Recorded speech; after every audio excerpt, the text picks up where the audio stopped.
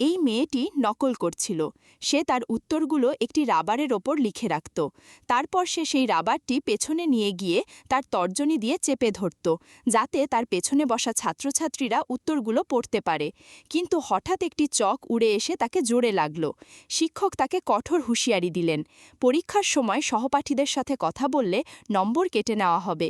এখন শিক্ষক তার ওপর নজর রাখতে শুরু করলেন।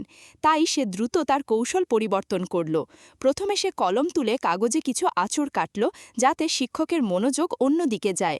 তারপর সে তার জুতো খুলল এবং রাবারটি তার ভেতরে লুকিয়ে রাখল। কিন্তু সে বুঝতে পারল না যে সেই হালকা শব্দ শিক্ষকের মনোযোগ আকর্ষণ করেছে। ভয়ে সে দ্রুত তার পা জুতোর ভেতরে ঢুকিয়ে দিল। কিন্তু ততক্ষণে শিক্ষক তার ডেস্কের কাছে চলে এসেছিলেন। শিক্ষক ডেস্কের নিচে উঁকি দিলেন এবং ঝুঁকে পড়লেন। হে খুদা, সে কি ধরা পড়ে গেল? কিন্তু না, শিক্ষক শুধু চকের টুকরাটি তুলে নিলেন। মেয়েটি স্বস্তির নিঃশ্বাস ফেলল। শিক্ষক সেখান থেকে সরে যেতেই সে তার জুতো পেছনে লাথি মেরে পাঠিয়ে দিল। পেছনে বসা ছাত্ররা তাদের পা তুলে জুতো ধরে ফেলল এবং এভাবেই নকল করা সম্পন্ন হল।